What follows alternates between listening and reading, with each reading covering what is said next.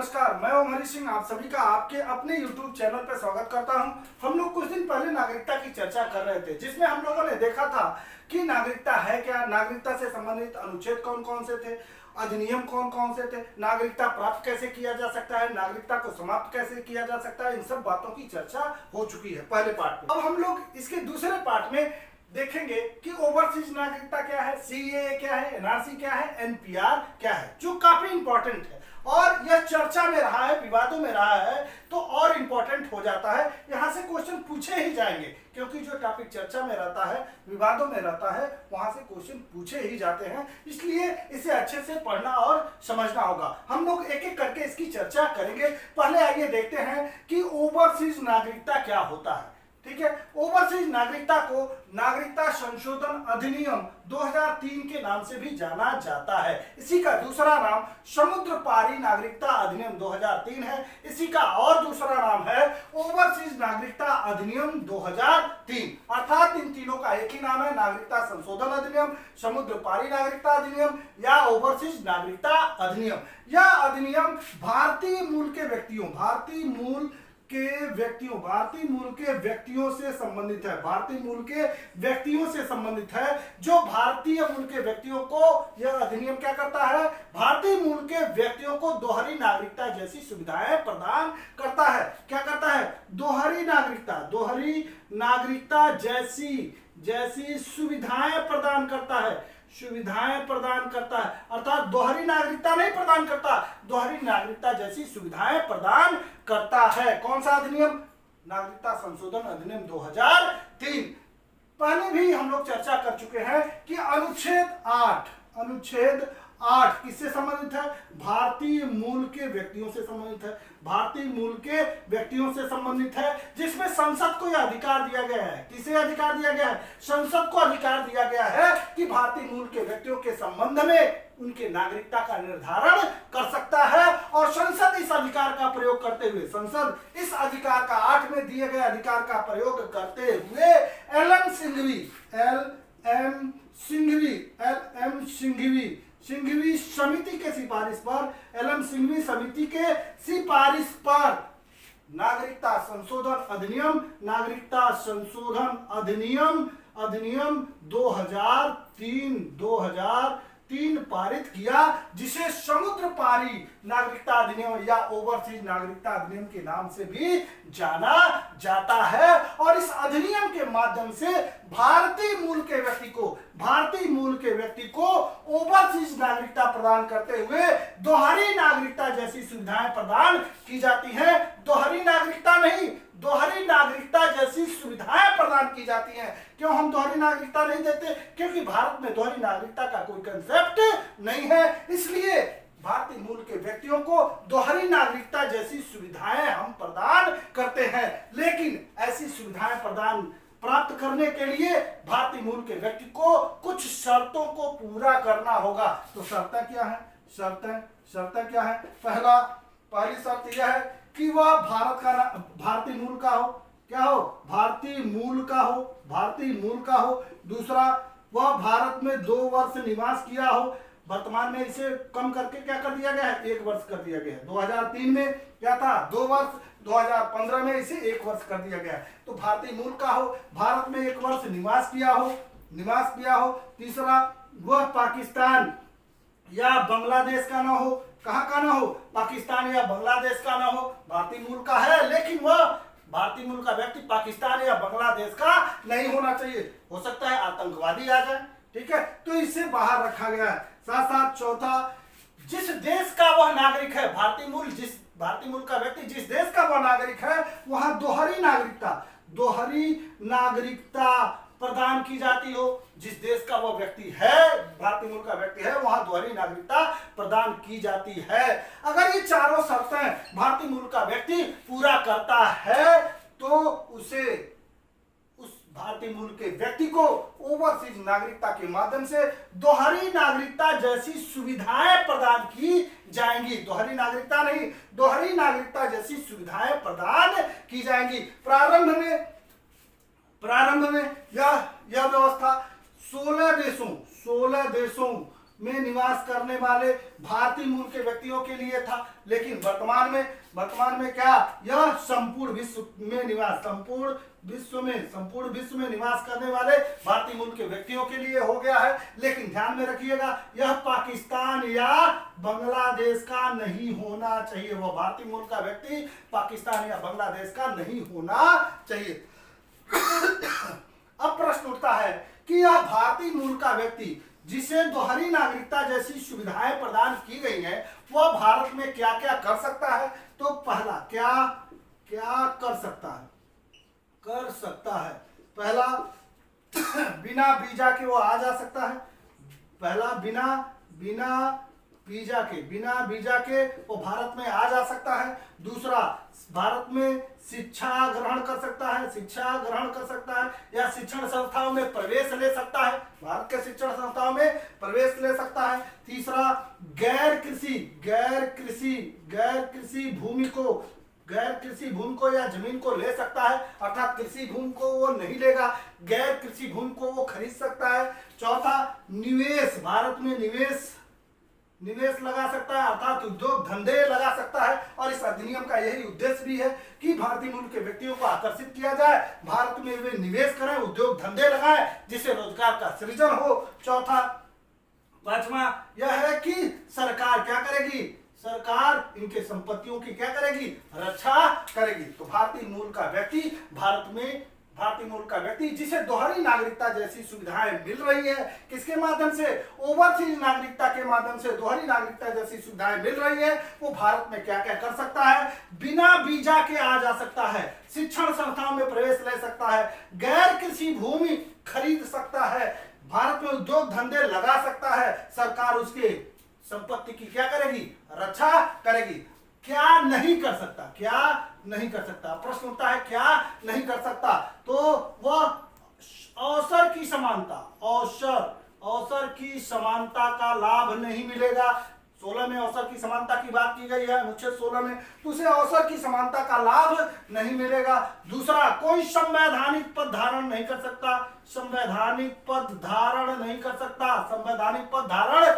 सकता, राष्ट्रपति नहीं बन सकता, प्रधानमंत्री नहीं बन सकता, मुख्यमंत्री नहीं बन सकता, चुनाव नहीं लड़ सकता।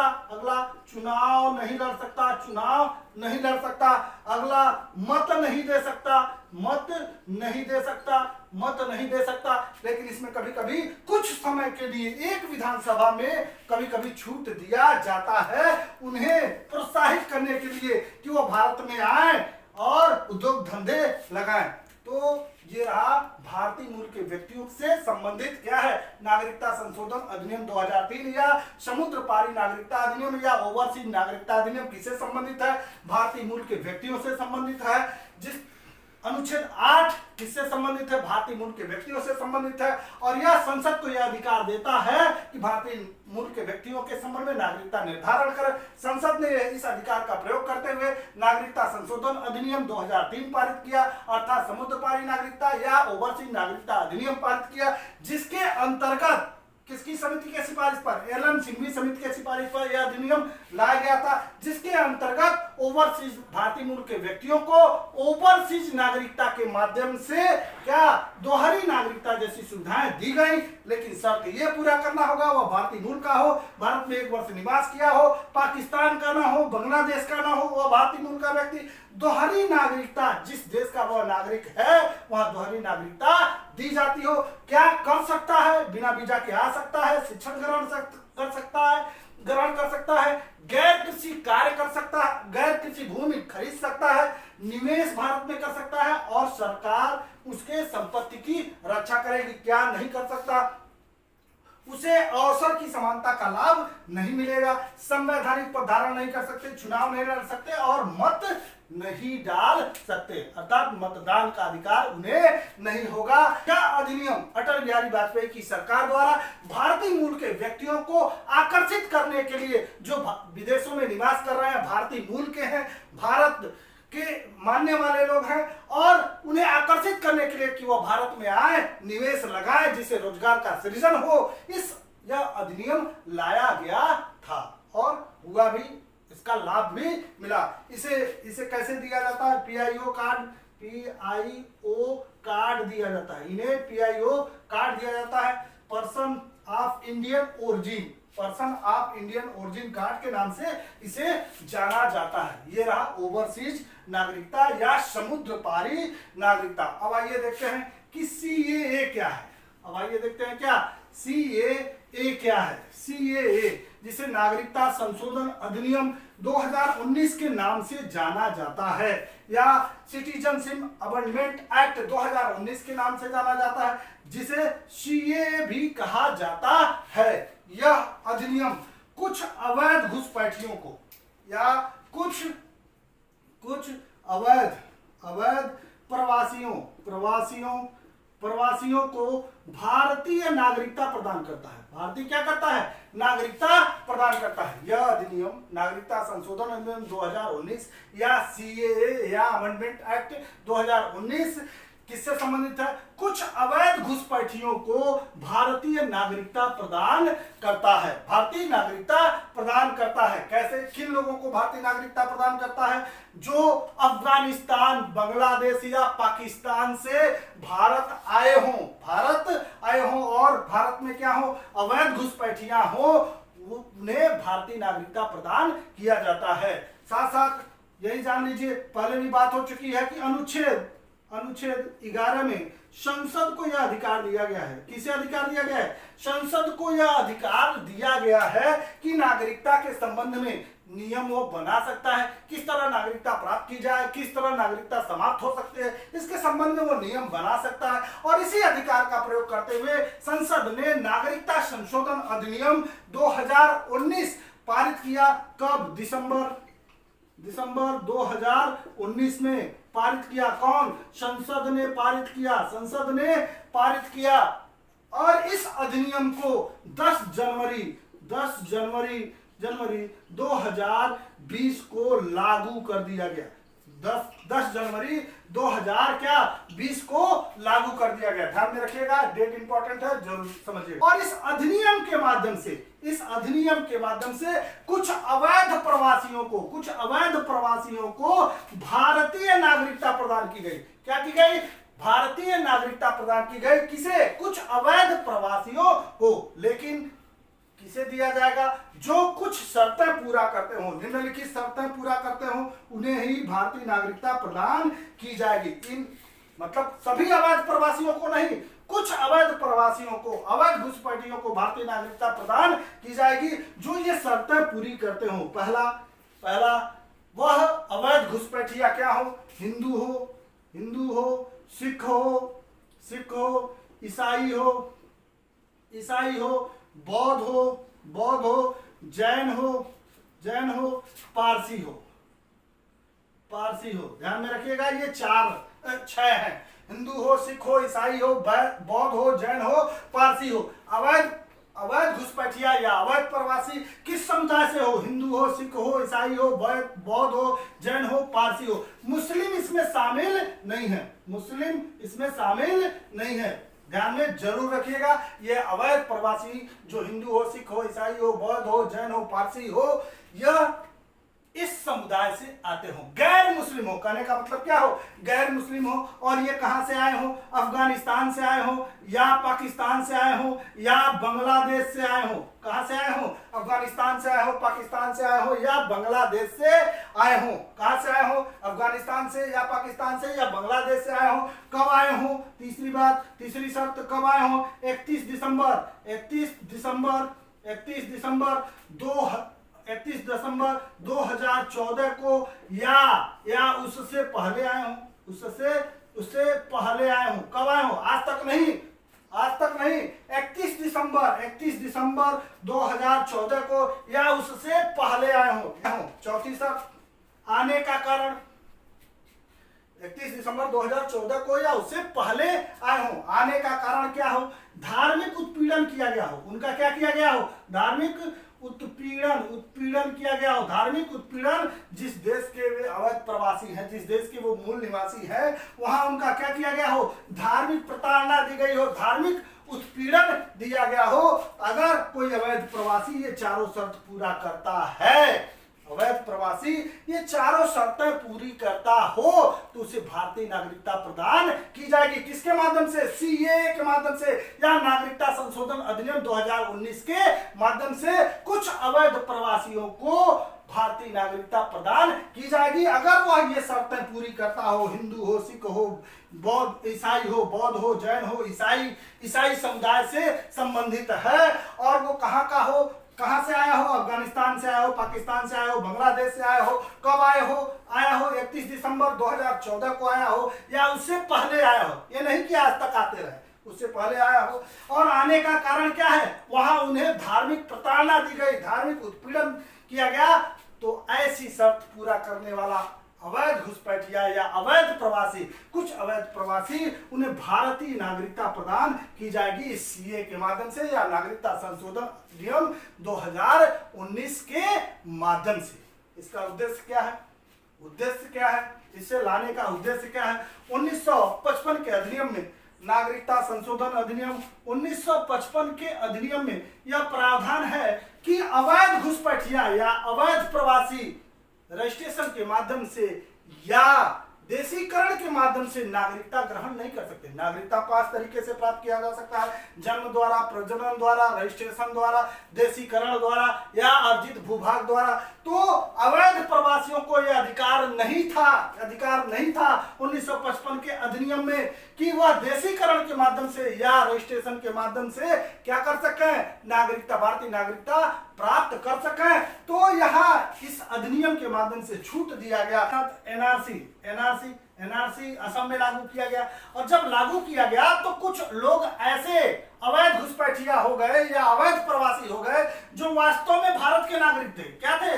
वास्तव में वो भारत के नागरिक थे। अब ऐसी समस्या उत्पन्न होने के कारण कि जो वास्तव में भारत के नागरिक हैं और जिन्हें एनआरसी के माध्यम से अवैध घुसपैठिया घोषित कर दिया गया है, इस समस्या को समाप्त करने के लिए सीएए लाया गया कि सीएए के माध्यम से उन्हें भारतीय नागरिकता प्रदान की जाएगी। ये है सीएए।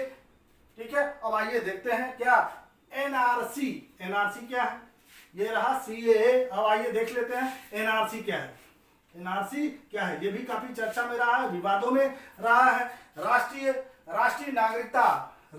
नागरिकता register, national register of citizen, जिसे एनआरसी के नाम से जाना जाता है। जिसे किस नाम से? एनआरसी के नाम से जाना जाता है। एनआरसी क्या है? ध्यान रखिए, एनआरसी एक प्रकार का क्या है? रजिस्टर है। एक प्रकार का क्या है? रजिस्टर है। ध्यान में रखिए, एक प्रकार का यह क्या है? रजिस्टर है, जिसमें क्या जिसमें भारतीय नागरिकों का नाम दर्ज रहता है। क्या रहता है? नाम दर्ज रहता है।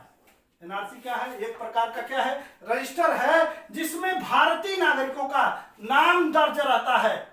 किसका? जिसमें भारतीय नागरिकों का नाम दर्ज रहता है। इसका मतलब यह है जिनका नाम एनआरसी में दर्ज है, जिनका नाम एनआरसी में दर्ज है वो भारतीय नागरिक होंगे और जिनका नाम एनआरसी में दर्ज नहीं है वह अवैध घुसपैठिया माने जाएंगे। क्या माने जाएंगे? अवैध घुसपैठिया माने जाएंगे। समझिए फिर, एनआरसी एक प्रकार का रजिस्टर है जिसमें भारतीय नागरिकों का नाम दर्ज रहता है। इसका मतलब ये निकल के आया जिनका नाम एनआरसी में दर्ज है वो भारतीय नागरिक माने जाएंगे और जिनका नाम एनआरसी में दर्ज नहीं है, जिनका नाम इस लिस्ट में नहीं है, एनआरसी में रजिस्टर में नहीं है, वो भारतीय नागरिक नहीं माने जाएंगे, वो अवैध घुसपैठिया माने जाएंगे। क्या माने जाएंगे? अवैध घुसपैठिया माने जाएंगे। उद्देश्य, एनआरसी का उद्देश्य यह है कि भारत में निवास करने वाले अवैध घुसपैठी, अवैध क्या? घुसपैठियों का पता लगाया जाए। अर्थात एनआरसी के माध्यम से हम भारत में निवास करने वाले अवैध घुसपैठियों का पता लगा सकते हैं। कैसे? जिनका नाम एनआरसी में दर्ज है वो भारतीय नागरिक होंगे, जिनका नाम दर्ज नहीं है वो भारतीय नागरिक नहीं होंगे। अब प्रश्न उठता है जिनका नाम नहीं है, नाम एनआरसी में नहीं है, उनका क्या होगा? अब उनका क्या होगा? जिनका नाम एनआरसी में नहीं है तो वह अवैध घुसपैठिया माने जाएंगे, अवैध घुसपैठिया माने जाएंगे। अब इन अवैध घुसपैठियों का क्या होगा? इन्हें क्या किया जाएगा? अब गिरफ्तार किया जाएगा, गिरफ्तार किया जाएगा, डिटेंशन सेंटर में रखा जाएगा।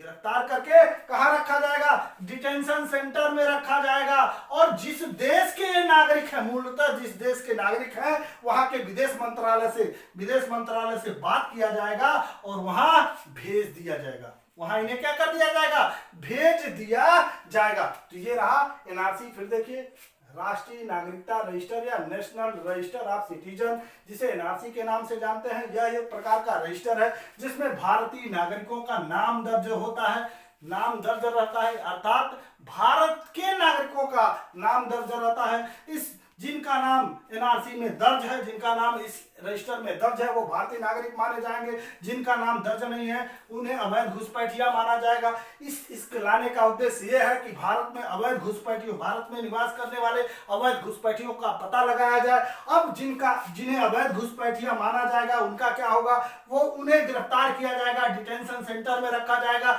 और जिस देश के वो मूलतः निवासी है, जहां से वो आए हैं, ठीक है, वहां के विदेश मंत्रालय से बात किया जाएगा और वहां भेज दिया जाएगा। ये रहा एनआरसी। जब हम सीएए और एनआरसी को मिला के पढ़ते हैं, अलग अलग पढ़ते हैं तो कोई समस्या नहीं। जब हम दोनों को मिला के पढ़ते हैं तो थोड़ी सी समस्या आ जाती है। एनआरसी में जिनका नाम दर्ज है वो भारतीय नागरिक है, कोई समस्या नहीं। जिनका नाम दर्ज नहीं है वो क्या हो गए? अवैध घुसपैठिया हो गए। अब अवैध घुसपैठियों में से कई कैटेगरी हो गए। अगर वो हिंदू हैं, सिख हैं, ईसाई हैं, बौद्ध हैं, जैन है, पारसी है, तो वह क्या सीए के माध्यम से भारतीय नागरिकता प्राप्त कर लेंगे। ठीक है, एनआरसी के माध्यम से जो अवैध घुसपैठिया हुआ, वह अगर हिंदू है, सिख है, बौद्ध है, जैन है, पारसी है, तो क्या वह सीए के माध्यम से भारतीय नागरिकता प्राप्त कर लेगा बड़े आसानी से। बस उसे यह सिद्ध करना होगा कि वह कहां से आया हो, अफगानिस्तान से आया हो, पाकिस्तान से आया हो या बांग्लादेश से आया हो। कहां से आया हो? अफगानिस्तान, पाकिस्तान या बांग्लादेश से आया हो। और आने का कारण क्या हो? वहां हमें धार्मिक उत्पीड़न किया गया है। हमारा क्या किया गया है? धार्मिक उत्पीड़न किया गया हो। बस यही दो बातें सिद्ध करनी होंगी और उन्हें भारतीय नागरिकता मिल जाएंगी। किसे मिल जाएंगी? सीए के माध्यम से।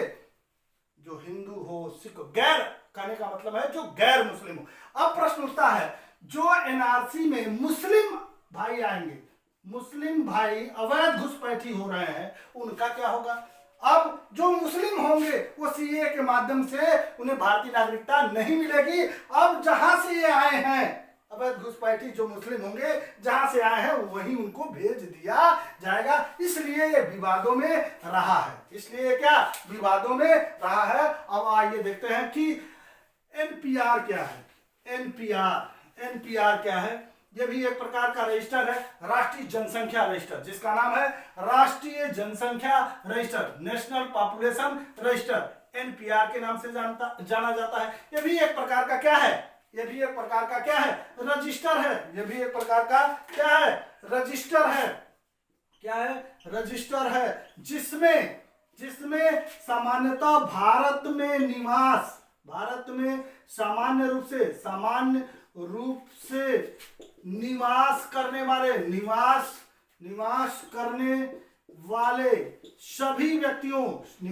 वाले सभी व्यक्तियों का नाम दर्ज रहता है। ध्यान रखिए, राष्ट्रीय जनसंख्या रजिस्टर या एनपीआर ये भी एक प्रकार का क्या है? रजिस्टर है जिसमें भारत में सामान्य रूप से निवास करने वाले सभी लोगों का नाम दर्ज रहता है। किनका? सभी लोगों, अर्थात चाहे वो विदेशी हो या भारतीय हो, भारत में अगर वो निवास कर रहा है, उनका नाम इस नेशनल पॉपुलेशन रजिस्टर में दर्ज रहता है, एनपीआर में दर्ज रहता है। और उनसे कुछ जानकारी ली जाती है। जिनका नाम दर्ज रहता है उनसे कुछ क्या जानकारी ली जाती है, क्या जानकारी ली जाती है, और उनके जानकारी के माध्यम से डाटाबेस तैयार किया जाता है। और डाटाबेस तैयार करके एनपीआर को क्या किया जाता है, अपडेट किया जाता है, एनपीआर को अपडेट किया जाता है। इसमें क्या क्या जानकारी होती है, सामान्यतः 15 तरह की जानकारियां होती हैं, 15 तरह की जानकारियां होती हैं। अब नाम क्या है, पता कहाँ है, कहाँ रहते हैं, 6 महीना पहले कहाँ रहते थे, ठीक है, मुखिया, आपके परिवार के मुखिया का क्या नाम है, व्यवसाय क्या है, धर्म क्या है, लिंग क्या है, ये सब इसमें दर्ज रहता है। अर्थात 15 तरीके की सूचनाएं इसमें दर्ज रहती हैं, जिसके आधार पर डाटाबेस तैयार करके एनपीआर को अपडेट किया जाता है। इसे लाने का उद्देश्य क्या है, इसे लाने का उद्देश्य यही है कि भारत में निवास करने वाले सभी लोगों का नाम दर्ज हो, उनके बारे में सूचनाएं दर्ज हो, और उनकी जो आवश्यकता है, जिनका नाम दर्ज है उनकी जो भी आवश्यकता है, उन आवश्यकताओं के अनुसार सरकार क्या करेगी, योजना बनाएगी और उस योजनाओं को सही तरीके से क्रियान्वित किया जाए कि जो वास्तविक लाभ, जिन्हें वास्तविक लाभ मिलना चाहिए, उसे वास्तविक लाभ दिया जा सके।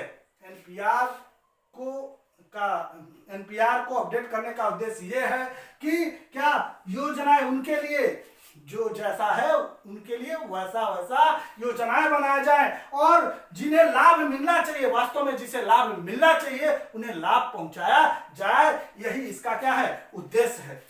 अब प्रश्न उठता है कि इसमें नाम दर्ज कराना जरूरी है या नहीं है, नाम दर्ज कराना जरूरी है या नहीं। तो ध्यान में रखिएगा, इसमें नाम दर्ज कराना जरूरी है, इंपॉर्टेंट है, कुछ बातें है, ध्यान में रखिएगा। नाम दर्ज कराना जरूरी है, दर्ज कराना क्या है, जरूरी है, अर्थात रजिस्ट्रेशन कराना ही होगा। आपको क्या कराना होगा, रजिस्ट्रेशन कराना ही होगा। और जो जानकारी दे रहे हैं वो सत्य होनी चाहिए, सही होनी चाहिए, ये भी जरूरी है। अगर आप नहीं करते हैं तो आपको दंडित किया जा सकता है, आर्थिक रूप से या शारीरिक रूप से दंडित किया जा सकता है। सामान्यतः इस रजिस्टर में 5 वर्ष से ऊपर के व्यक्तियों का ही नाम दर्ज होता है, अर्थात 5 वर्ष से नीचे बच्चों का नाम इसमें दर्ज नहीं किया जाता। एनआरआई का भी नाम इसमें दर्ज नहीं किया जाता, एनआरआई का नाम भी इसमें दर्ज नहीं किया जाता। लेकिन अगर एनआरआई भारत में लगातार निवास कर रहा है तो इसका भी नाम इसमें दर्ज किया जाता है। ये रहा एनपीआर। एक बार फिर देख लीजिए, एनपीआर एक प्रकार का रजिस्टर है, राष्ट्रीय जनसंख्या रजिस्टर या नेशनल पॉपुलेशन रजिस्टर, जिसमें सामान्य रूप से भारत में निवास करने वाले लोगों का नाम दर्ज होता है। और इस उनके द्वारा दी गई जानकारी, जो सामान्यतः 15 तरह की सूचनाएं होती हैं, उस सूचनाओं के आधार पर डाटाबेस तैयार किया जाता है और एनपीआर को अपडेट किया जाता है, जिसका उद्देश्य यह है कि जिन्हें वास्तव में लाभ मिलना चाहिए योजनाओं का, उन्हें योजनाओं का लाभ उनके पास योजनाओं का लाभ पहुंचाया जा सके। ठीक है, इसमें जो क्या जरूरी है ये भी जानना जरूरी है कि इनमें रजिस्ट्रेशन कराना जरूरी है, सही जानकारी देना जरूरी है। सामान्यतः 5 वर्ष से ऊपर के ही व्यक्तियों का इसमें नाम या उनके बारे में जानकारी दर्ज कराया जाता है। एनआरआई का नाम सामान्यतः इसमें दर्ज नहीं होता। ये रहा क्या, एनपीआर। इससे संबंधित, नागरिकता से संबंधित कुछ फैक्ट पॉइंट है, उसे भी थोड़ा सा जान लेते हैं जो इंपॉर्टेंट है। ठीक है, आइए देखते हैं। पहला नोट पॉइंट, नागरिकता के संबंध में नियम कौन बनाएगा, संसद बनाएगी। कौन बनाएगा, संसद बनाएगी।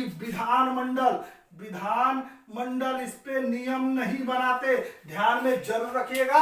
नागरिकता के संबंध में नियम संसद बनाती है, विधानमंडल इस पे नियम नहीं बनाते, क्योंकि यह संघ सूची, नागरिकता किसका विषय है, संघ सूची का विषय है, और संघ सूची पे राष्ट्रीय विषय है, संघ सूची का विषय है, और संघ सूची पे नियम बनाने का अधिकार संसद को है। आर्टिकल 11 यही प्रावधान करता है। दूसरा, इंग्लैंड और भारत में एकहरी नागरिकता पाई जाती है। इंग्लैंड और भारत में क्या, एकहरी नागरिकता पाई जाती है। हमने कहां से लिया है नागरिकता, इंग्लैंड से लिया है, तो इंग्लैंड और भारत में एकहरी नागरिकता पाई जाती है। दूसरा, एकहरी या एकल नागरिकता पाई जाती है। दूसरा, America, France, Australia, Australia, Switzerland में दोहरी नागरिकता पाई जाती है, दोहरी नागरिकता पाई जाती है, ये भी याद रखिएगा। अमेरिका, फ्रांस, ऑस्ट्रेलिया और स्विट्जरलैंड में क्या दोहरी नागरिकता पाई जाती है। साथ साथ ये भी ध्यान में रखिएगा, अमेरिका में जो जन्मजात अमेरिकी नागरिक है, जन्मजात अमेरिकी नागरिक है, वही अमेरिका का प्रेसिडेंट बन सकता है, अमेरिका का राष्ट्रपति बन सकता है। अन्य तरीके से अगर वो नागरिकता ग्रहण किया है, अमेरिकी नागरिकता ग्रहण किया है, तो वो राष्ट्रपति नहीं बन सकता, और बन सकता है और पद धारण कर सकता है, लेकिन राष्ट्रपति नहीं बन सकता।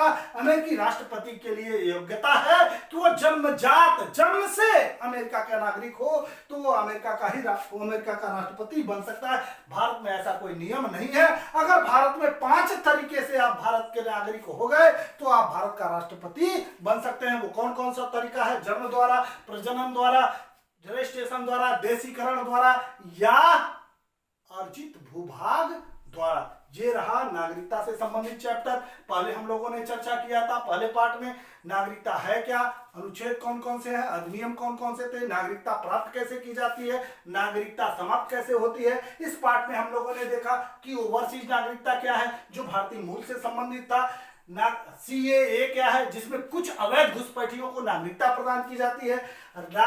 NRC क्या है, इसमें अवैध घुसपैठियों का पता लगाया जाता है। NPR क्या है, इसमें भारत में निवास करने वाले सभी सामान्य लोगों का नाम दर्ज होता है। आप इन सभी बातों को समझ लिए होंगे और दोनों लेक्चर को, पहले पार्ट को और दूसरे पार्ट को अगर आप मिला के पढ़ते हैं तो नागरिकता का यह चैप्टर समाप्त होता है। अगर दोनों पार्ट को अच्छी तरह आप पढ़ लेते हैं तो मैं गारंटी देता हूं इससे बाहर कोई क्वेश्चन नहीं आएगा। दोस्तों, अगर यह लेक्चर अच्छा लगा हो तो लाइक और शेयर जरूर करिए, चैनल को सब्सक्राइब करिए, बेल आइकन को दबाइए, जिससे लेटेस्ट वीडियो की जानकारी मिल सके। बहुत बहुत धन्यवाद।